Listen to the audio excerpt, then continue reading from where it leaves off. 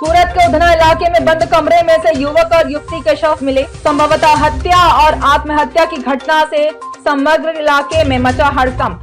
मरने वाले प्रेमी युगल होने की आशंका।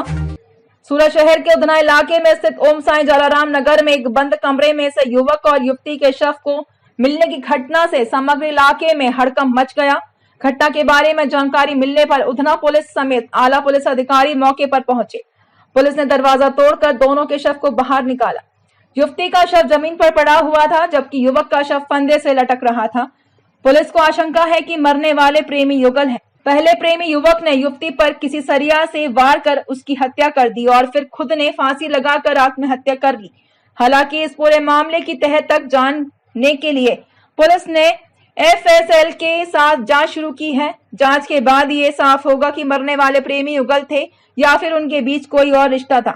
साथ ही हत्या और आत्महत्या का कारण भी पता चल सकेगा।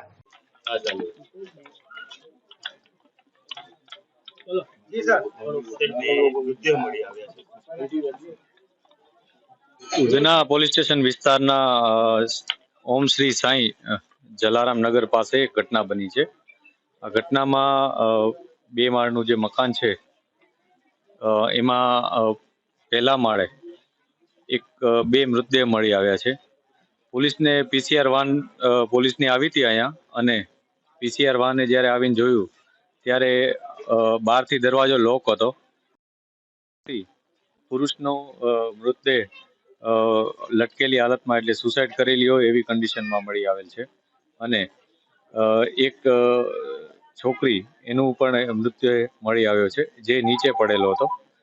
પ્રાથમિક દ્રષ્ટિએ પોલીસને જણાય છે કે કદાચ આ છોકરીનું પેલા મૃત્યુ નિપજાવવામાં આવ્યું હોય અને મરણ જનારે ત્યારબાદ પોતે સુસાઇડ કરી લીધું હોય એવું અત્યારે પ્રાથમિક દ્રષ્ટિએ જણાય છે।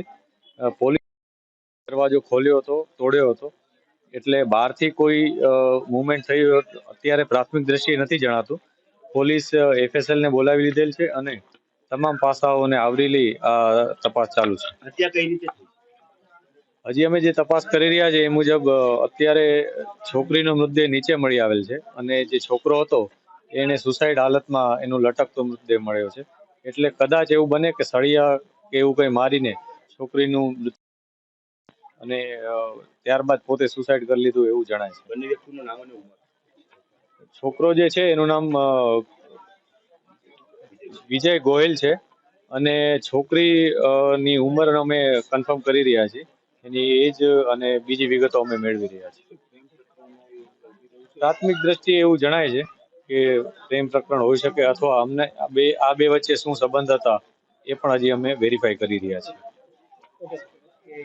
खबरों में अब तक के लिए बस इतना ही। मिलते हैं फिर ऐसे ही बड़ी खबर के साथ। तब तक के लिए नमस्कार और देखते रहिए न्यूज़ जागरूक भारत।